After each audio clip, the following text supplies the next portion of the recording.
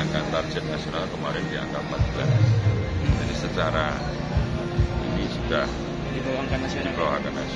Cuman tahun ini di bulan November Desember ini ada survei dari SSDI, jadi survei untuk mengetahui status stunting yang ada di seluruh kabupaten di Indonesia.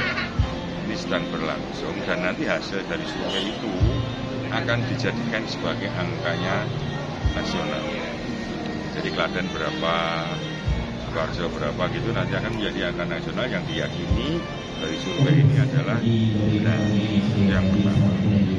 Target bupati di angka 10. Itu pun kita selalu upayakan, yang jelas kita lakukan satu, bagaimana pencegahan bayi lahir baru tidak ada stunting. Jadi ibu hamil kita mendapatkan penetrasi, kemudian makanan tambahan buat ibu hamil yang beresiko KEK, kurang energi kalori. Ya. Jadi ibunya dikelola, kehamilannya dikelola, dilakukan pemeriksaan yang tepat, dan seandainya masih ada yang stunting dilakukan PMT, pemberian makanan tambahan. Itu strategi kita. Mulai dari pengukuran, penimbangan, pemeriksaan kesehatan dilakukan ke kader-kader terlatih yang memiliki 25 kompetensi ada. Didampingi oleh tenaga kesehatan. Jadi mulai dari proses pengukurannya pun juga kita standarkan. Karena ada beberapa situasi di mana pengukuran itu akan agak berbeda ketika salah. Tapi kita sudah lakukan pengukurannya. Semoga nanti di tahun ini betul-betul stunting kita bisa turun di bawah nasional. Dan yang jelas sesuai dengan arahan Pak Menteri di tahun 2025 fokus kita ada 3 hal tadi seperti sambutan yang disampaikan oleh Bupati. 1, pelayanan kesehatan yang gratis. 2, penata laksanaan orang dengan TBC. Yang ketiga adalah pembangunan dan peningkatan kualitas layanan rumah sakit. Ini yang nanti secara program di kesehatan tahu TBC harus meningkat, rumah sakitan nanti kita. Soal layanan di Posyandu terutama jadi garda depan stunting, fasilitas-fasilitas dan sebagainya apakah sudah disesuaikan dengan? Iya. Jadi model sekarang transformasi kesehatan salah satunya adalah integrasi layanan primer. Jadi layanan primer yang ada di layanan puskesmas itu sampai pada tingkat posyandu. Jadi posyandu itu enggak ada posyandu lansia, posyandu remaja, balita, enggak. Nanti jadi satu layanan posyandu primer. Sehingga nanti sampai titik posyandu itu semua layanan terjadi di sana. Kader-kader posyandu boleh melakukan screening kesehatan. Screening kesehatan. Jadi meriksa, oh ini gejala konsulkan kepada dokter puskesmas. Sehingga nanti di posyandu itu sudah bisa dilakukan screening kesehatan. Oh ini perlu diobati lah, dikonsulkan dokter. Oh ini dirujuk, nanti bikinkan rujuk panggilan ke.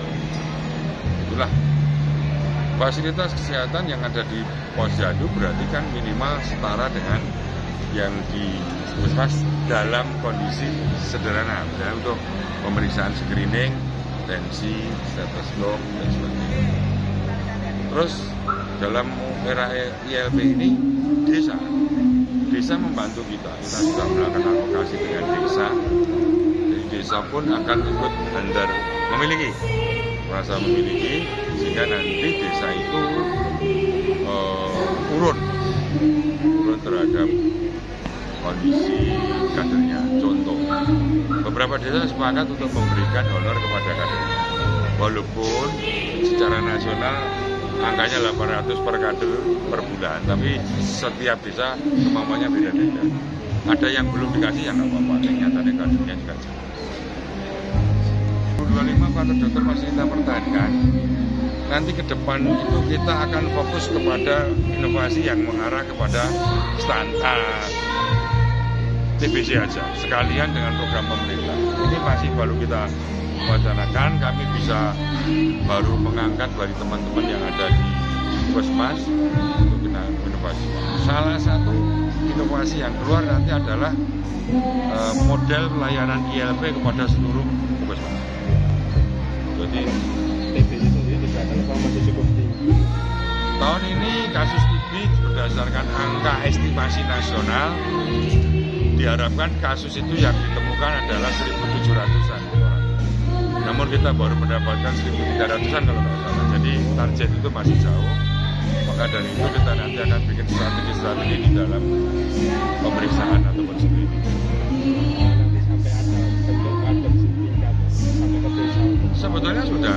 Jadi kader-kader itu sudah mulai dari pihak-pihak swasta, maaf, ormas, misalnya dari Aisyah itu sudah membantu kami yang kader. Nah ini nanti yang akan kita kembangkan. Jadi proses penemuannya, screening terhadap gejala, yang kedua adalah proses pemeriksaannya. Pemeriksaannya yang dulu menggunakan mikroskopik kita peningkatkan menggunakan TCM, tes cepat molekuler yang sensitivitasnya lebih